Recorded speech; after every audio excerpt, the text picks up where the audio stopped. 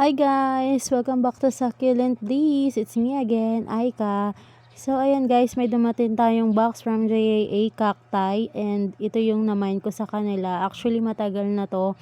Natagalan lang sila i-ship siguro dahil basa yung tawag mo dito, soil. And ayan, kung makikita nyo, actually 2 plants lang yung minine ko sa kanya. Wala naman siyang minimum pero may pa-free pa din sila. Napaka-generous ni sir. Ayan, nag-mine ako ng silly money and ayan, may free tayo. And yung crested onzuka natin na nakagrab. So, unahin natin tong free sa atin. Siya muna yung open natin. Kasi excited na ako kung makita kung ano yung free niya sa atin. Yan, mabait kausap si sir, and kung nag-i-start pa lang kayo ng inyong collection and gusto nyo ng mga may IDs, yan, pwede kayong mag-mine sa kanila for only 100 pesos. Meron ka ng Gymno na my name. So, ayan, ito ang free niya sa atin, yan. Ang ganda. Purplish yung color niya. I think this is a DD hybrid. Ang ganda niyan, guys. And then, ito yung reason kaya din ako nag-mine sa kanya is nakita ko tong si Silimani. Ayan. Nung mga nag-i-start pa lang ako mag-gymno nitong nakaraan is gusto ko na mag-mine nito pero ang mahal pa rin niya. Tapos ang liit pa. So nag-iintay lang ako ng time na makakita na may mura na magbenta, and ayan nga, nakita ko na mayroon sila. And then ang ganda ng farm. Tignan nyo guys, super sulit to. Na-mine ko lang to for only 100. Yan, wait lang. Nahihirapan ako i-unwrap. Yan. Nagvo-voice over lang kasi ako ngayon. Kasi gabi ko na siya na-unbox and maingay sa labas ng bahay. So, bear with me guys.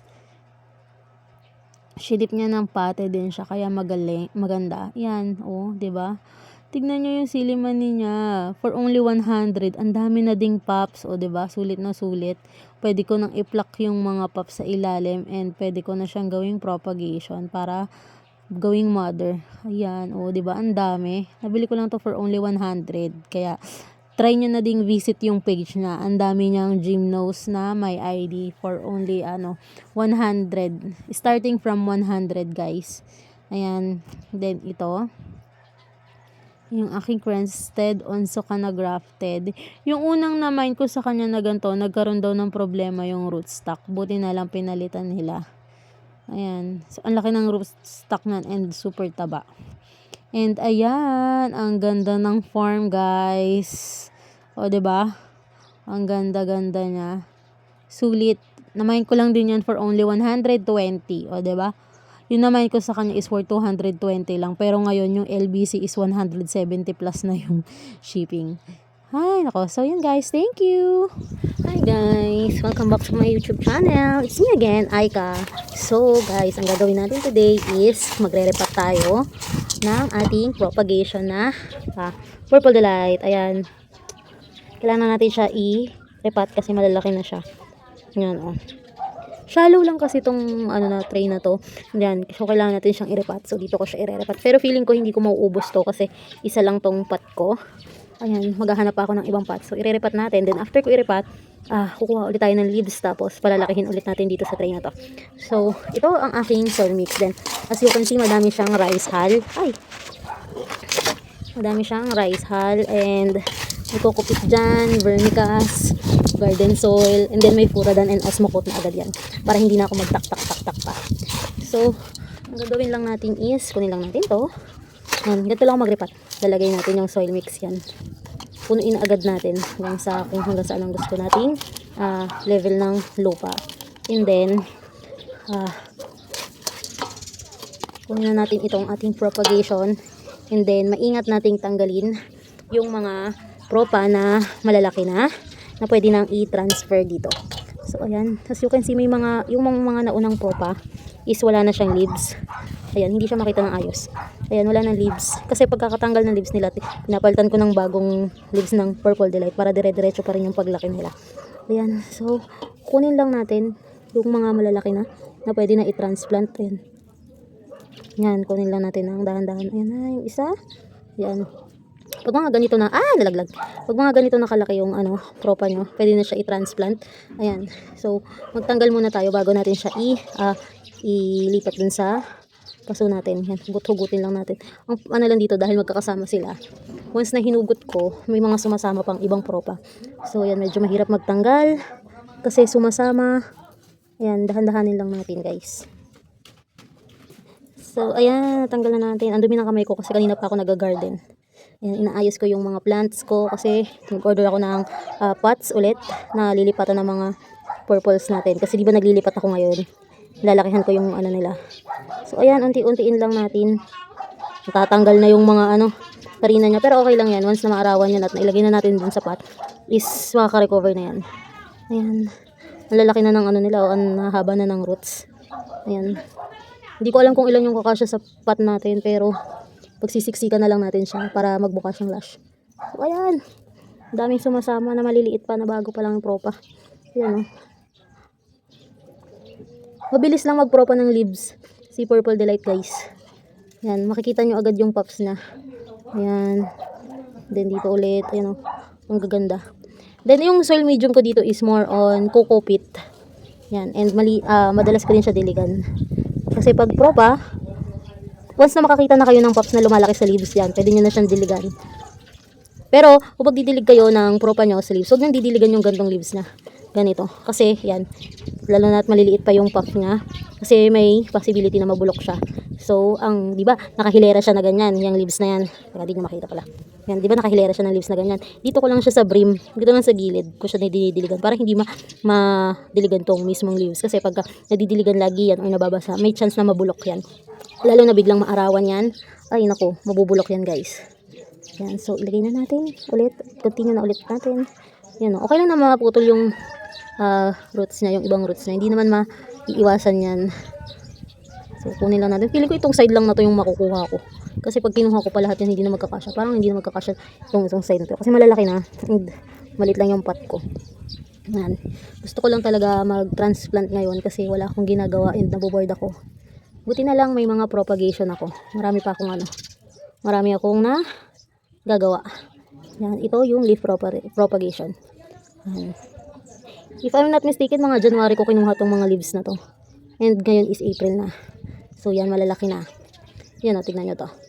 Yan. Pagka nakalagay pa rin siya sa leaves, pag nakadikit pa rin siya, hayaan nyo lang siya, huwag nyo muna siyang tanggalin. Hintayin nyo mabulok yung mother leaf bago nyo tanggalin yung propagation nyo. Ayan. So, iwan muna natin yung kabilang side kasi feeling ko hindi kakasya doon sa pot ko. Ayan. So, dyan muna natin. Then, kunin ulit natin yung pot. And then, tusok-tusok na lang tayo. Ayan. Wala naman ako masyadong arte sa pagre-repat ng succulent. Ayan. Tusok lang. Ayan. Kung may natatanggal na leaves, lower leaves, yung okay lang yan. Hayaan nyo na lang yan dyan kasi mapupropa din yan. Ayan. So, yan. Pagkasyahin lang natin siya. Ayan. Usually, pag gantong na-repat ko, kinabukasan, na ako. Magdidilig na agad ako. Para, makabawi agad siya. Sa, kasi hindi ko dinilig tong propagation natin. 3 days ago pa ko siya diniligan kasi may balak talaga akong i-repat siya. Ganun ako pagka magre-repat. Dinidilig ko muna siya ng marami. Then after 3 days, saka ko pa siya bubungkalin and i-repat para safe.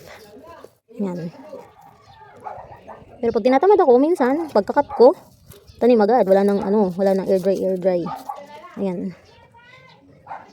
Usually kasi talaga pagka mga graftos, mabibilis at mababait lang yung ipropa. Ayan. Ma-realize nyo din yan once na magtagal kayo sa pag-aalaga ng succulent. Kasi nung beginner ako, talagang ang dami kong sa kanila, as in baby ko sila. And ayun nga, kahit sobrang alaga ko sa kanila, may namamatay pa rin. Ngayon, talagang bara-bara na tayo. Hindi naman sa totally bara-bara, may pag-iingat pa rin. Pero alam mo na yung do's and don'ts kasi marami ka na natutunan sa kanya in my journey sa paghahalaman. Marami akong na-realize na at maling nagawa nung nagsisimula pa lang ako. Yan. And sa pag-aalaga ng succulent, 5 years na ako nag-aalaga ng succulent, guys. Nag-start ako is year 2020 pagpasok ng pandemic. Nung kasagsagan ng mga plantito, ayan, naki-join tayo and until now, ayan, ginawa ko na siyang therapy sa sarili ko. Ayan, and I think effective din naman siya. Masaya magtanim guys, lalo na pag nakikita mong successful yung tinanim mo, itong mga propagation mo, iba yung joy na nararamdaman ng heart mo. So ayan, hindi ko siya binibitawan. So ayan na guys, yung ating naging propagation, leaf propagation ng Purple Delight. Ayan, then itatago ko lang muna ulit to sa gilid ng aking plant rack, then i-monitor ko siya ng 1 week.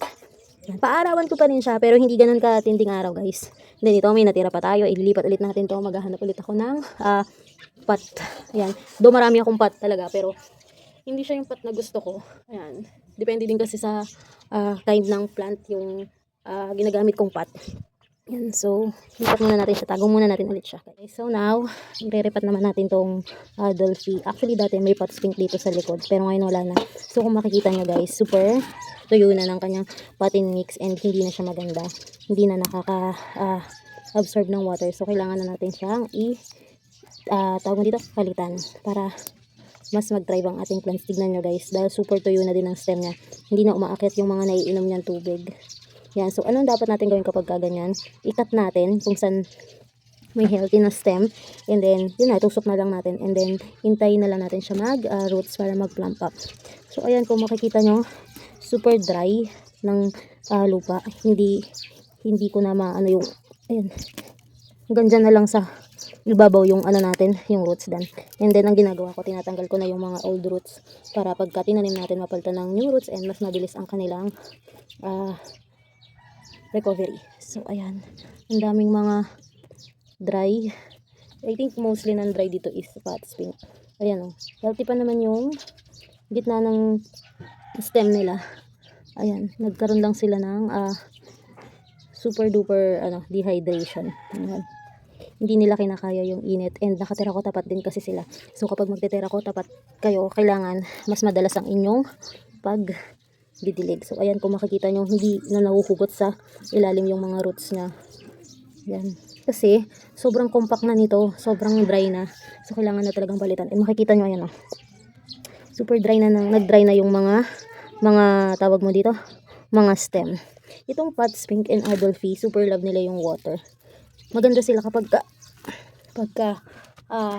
rainy season, but ngayong summer, ayan, nag-i-struggle sila kasi nga super dry, and hindi din na-occupy na ng roots nila yung soil mix natin, kaya kailangan na nating palitan para ma-refresh yung ating soil mix. Tingnan nyo, ayan ayan. So ayan, kunin na lang natin, hindi na nating hirapan pa, mababaw na lang roots nila. So tinatanggal ko na lang yan, and then iriripat ko sa bagong medium. Ganyan lang ako mag-ripat sa kanila. Yan, ito, dahil dry na to, and tignan nyo sa paliit yung stem nya, cut lang, yan, okay na.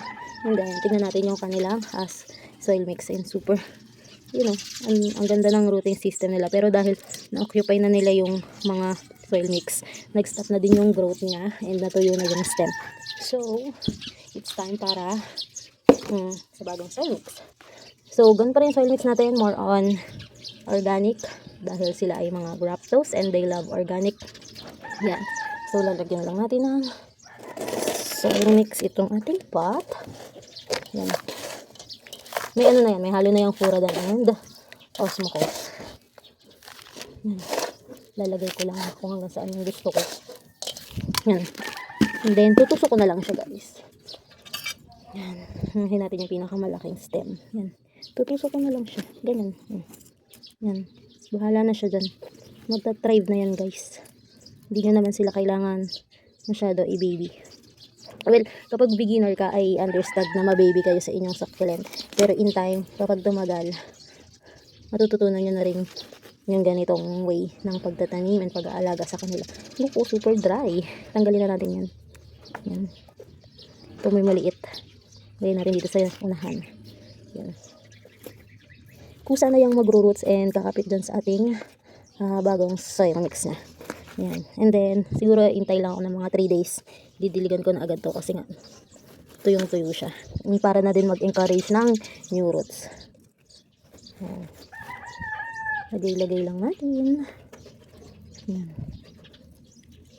Hindi mahirap tong alagaan si Adolphy and Pots Pink. Magkahalo kasi sila sa pot, so hindi ko na ma-distinguish kung I think yung mga masyadong dehydrated ito si Pots Pink. Yan. Super dali din itong i-propa sa leaves. So, ayan, lagay-lagay lang natin. And, yan, tapos na. Ilagay na natin siya dun sa plant rack. And then, hintayin na natin siyang settle dyan sa kanyang bagong pot and soil mix. Yan, ganyan lang kadali. Yan. Ganyan lang mag-rescue ng super dehydrated na succulent.